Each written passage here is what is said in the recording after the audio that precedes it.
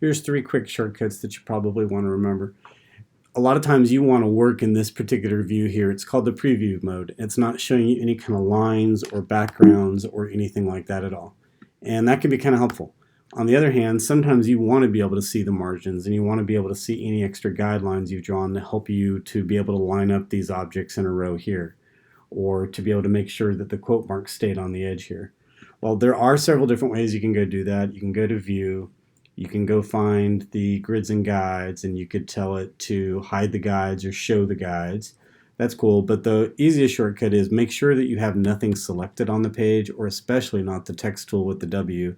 Type the W button. No command keys held down, just W flashes you between basically the standard mode and the preview mode, where you can end up doing most of your work here.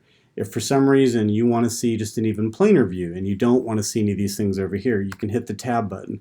The tab button will go ahead and temporarily hide any of the palettes that you have open so that you're just looking at the document. Again, tab turns that on, tab turns it off. Just like W hides the guides, W shows the guides.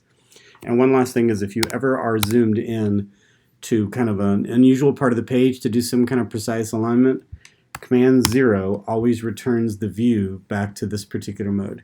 I can go adjust the scaling that I want to by zooming in, zooming out, but this is the fit page and window, or returning you to home. You can use the magnifying glass tool if you want, but again, no matter what you're doing, as you're working along, you may be looking at some detail in some place. You need to remember to Command 0 to be able to hit yourself and go home.